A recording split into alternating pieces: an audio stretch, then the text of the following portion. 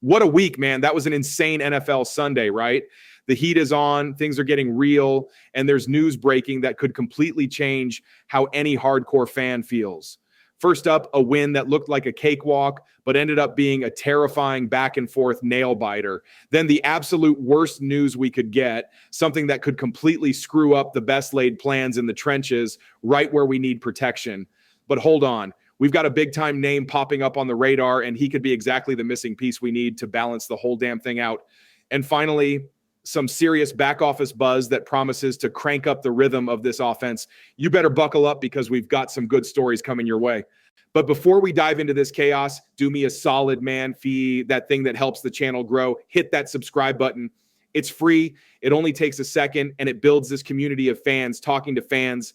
Slap a like on this video so we can get this rant out to Chargers fans everywhere. And tell me what you think in the comments, because this space is for the people who truly live and breathe this team, feeling every single snap.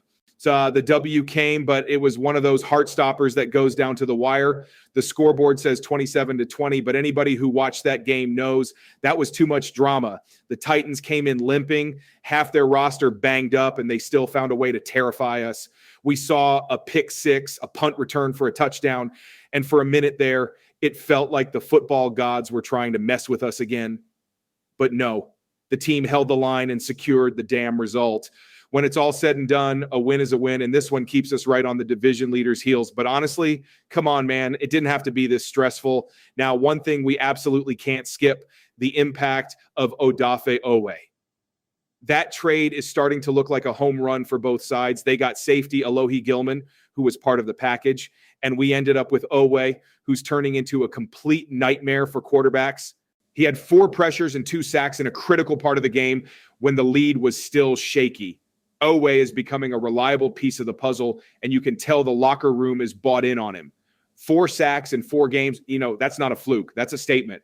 But here's the worrying part. The running game is screaming for help. Everybody's hurt. Nobody's solid in the rotation. And the quarterback ends up as the team's leading rusher. When your quarterback is your best runner, something is seriously out of whack. Kamani Vidal and Jarrett Patterson tried their best, but with an average of 3.5 yards per carry, the offense just can't get into a rhythm. With the trade deadline knocking, the front office has got to make a move. I'm not exaggerating. It's time to act, or this season could get ugly. Still, the offense showed some diversity at least. Herbert spread the ball to 7 different receivers, not relying on just one guy. That's a good sign. It shows variety. It shows options. Oronde Gadsden, too, stepped up again. Allen was the usual third down monster. Johnston was more involved, and McConkey gave us some nice work over the middle. That's the kind of offense that, when it clicks, is completely unpredictable. But as always, the injury bug just had to show up. 2 starting tackles, Joe Alt and Bobby Hart, got hurt in the same game, and the backups are still trying to get healthy. We won the game, but we came out patched up. And to top it off, 0 interceptions against an opponent who's basically giving the ball away. So, yeah, it was a victory, but one of those bittersweet ones. The team won, sure, but as fans, we know there are still way too many holes to plug. And the time to react is right now. This changes everything. Now, for the part nobody wanted to hear, Joe Alt is out, and the situation is not looking good, man. The guy was carted off the field, and then the news came down. Another high ankle sprain, but this time it's worse. Sources are talking about a surgical procedure. If that gets confirmed, he could miss a month, maybe more. That's the kind of body blow that messes with the team's morale, because when he's out there, that line works. When he's not, it's a whole different story. The difference is night and day. With Alt playing, the offense flows. Herbert has time. The running game opens up. Without him, it's complete chaos. The last time the team had to improvise, Austin Deculus stepped in, and it was a disaster. I mean, literally a disaster. And the problem is the options are even more limited this time. Trey Pipkins is still dealing with issues. Rashawn Slater is sidelined, and Bobby Hart, who was supposed to be the emergency plug, got hurt again. You know that feeling when everything that can go wrong does. Yeah, the good news, if you can even call it that, is the trade deadline window is still open. And honestly, they have to act. It's not just about Alt's injury. It's because blindside protection is the lifeblood of this offense. Without that security, the playbook shrinks, the rhythm vanishes, and Herbert becomes an easy target. As a fan, you feel it with every snap. Every moment without Alt is a risk of a complete collapse. and the impact goes beyond the field. His leadership matters in that locker room. He's the guy who sets the tone for the line. When he speaks, everybody listens. Losing that midseason is brutal, especially right now when the team is trying to build momentum. That's why all eyes are on the front office. Are they going to react or let the problem get bigger? Some people are saying the team is already sniffing around for names, and no wonder. If surgery is confirmed, IR is basically guaranteed, and the team needs an answer fast. We know Harbaugh isn't the type to sit around, but the urgency is different this time. It's a matter of survival. So brace yourself for the suspense. The team's next move could completely change the course of the season. It could be a trade. It could be an unexpected signing. It could be the step that decides if this group is going to fight until the end or just stumble into December. Let's see what happens. A name that's starting to get some serious buzz behind the scenes is Jedrick Wills. A lot of people remember him from his Cleveland days, a physical, technical left tackle who's proven he can protect the blind side like few others. Now he's on the market, a free agent coming off a knee injury, and he might be exactly the fit Harbaugh is looking for. The logic is simple. The team needs stability, someone with experience, and Wills has that in spades. Even if he's not 100% right away, it's a huge upgrade in the line's depth. Harbaugh loves a disciplined, aggressive player who can read pressure quickly, and that's exactly what Wills delivers when he's healthy. He has the size and technique to be a starter from day one, and his arrival would open up a range of formations that the team can't confidently run yet.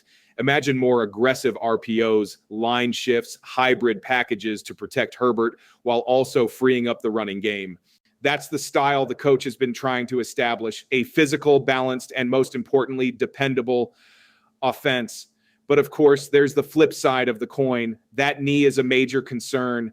Nobody knows how ready he is for a full load of snaps. And his recent injury history makes anyone think twice before betting big. But here's where it gets interesting. Because he's a free agent, Wills could be a low-cost acquisition, a smart move with controlled risk. If it works, the impact is immediate. If not, at least the front office showed they're taking action and fast. Technically, the fit is almost natural. Wills' style meshes with the team's ethos and adapts well to Harbaugh's firm command. The guy understands a physical scheme, likes contact football, and that matches the DNA the coach is trying to inject into the locker room. And look, for a team that constantly suffers from left side pressure, having a tackle with this profile is almost an emotional relief for the fans. Financially, it also makes sense. He won't cost what an elite tackle would, and the return, if it comes, could be massive. It's the kind of gamble that shows the franchise isn't just reacting to injuries, they're planning to win. And the truth is this: if Wills actually signs, the whole vibe changes. The line gets stronger, Herbert gets time, and the offense gains confidence. Now, is this just the beginning of the action? This is going to be talked about for a while. Another name that's been circulating strongly is Isaiah Wynn, versatile, experienced, and with that profile of a player who quietly solves problems. The guy can play both guard and tackle, and that's gold for a team that's patching up the line every single week. Wynn is 28, coming off a short contract in Miami, and is free for the next cycle. And the fit here seems like one of those no-brainers. Harbaugh loves a player who understands the game, who doesn't rely just on raw physicality. Wynn has that. Quick reads, discipline, and a style that aligns with the philosophy the coach has been hammering home since day one.